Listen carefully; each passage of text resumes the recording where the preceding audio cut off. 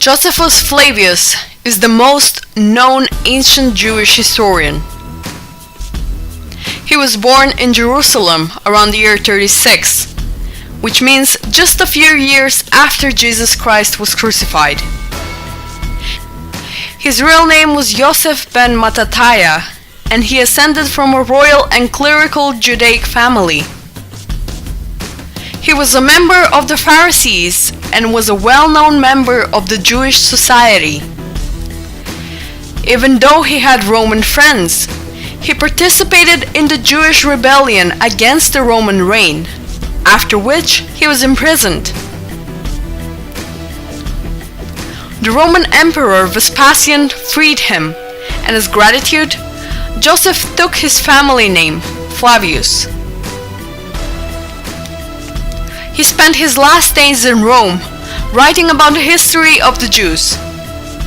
His works include Jewish Antiquities, which he wrote in 20 tomes, and Flavius Josephus against Appian, a work in which he opposed the Hellenistic historians of the time, who mockingly wrote about the Jews. He even wrote his autobiography.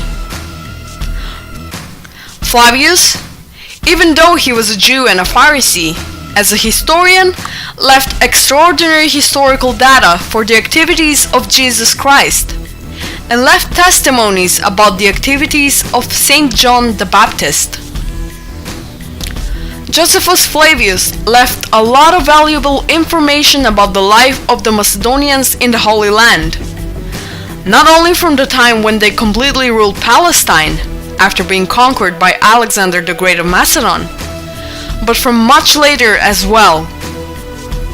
After describing the conquering of the Holy Land by Alexander the Great of Macedon, for whom he writes in a positive tone, Flavius continued to describe the events that happened after the death of Alexander the Great.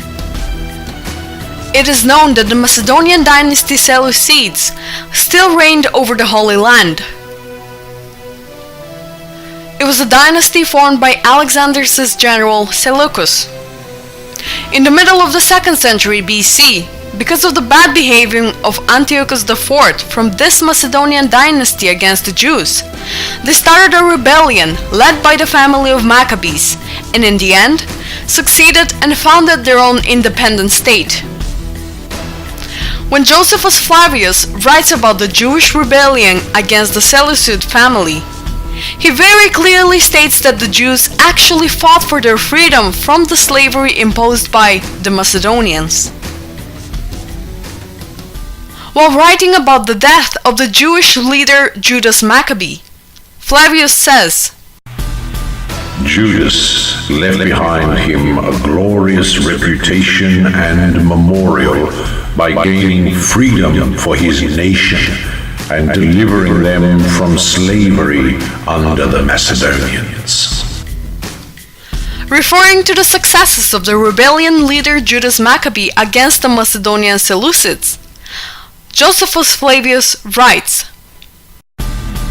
The nation of the Jews recovered their freedom when they had been brought into slavery by the Macedonians. Flavius wrote that the Jews were under the government of the Macedonians, meaning the Seleucids, in his 19th book, Jewish Antiquities, but in many other places as well. Flavius also writes about the concern he expressed about the Macedonian army leader Bacchides, when he found out that the killed Jewish leader Judas Maccabee was replaced by his brother Jonathan. Here too, Flavius called the Seleucids Macedonians. When Bacchides heard this, and was afraid that Jonathan might be very troublesome to the king and the Macedonians, as Judas had been before him, he sought how he might slay him by treachery. Flavius called the Seleucids Macedonians when he writes about the request that the Jews made to the Egyptian king Ptolemy Philometor, another Macedonian, in which they asked for his permission to build a Judaic temple in Alexandria. This request was made by the son of a Jewish high priest called Onias. When this Onias saw that Judea was oppressed by the Macedonians and their kings, out of a desire to purchase to himself a memorial and eternal fame, he resolved to send to King Ptolemy and Queen Cleopatra to ask leave of them that he might build a temple in Egypt like to that at Jerusalem.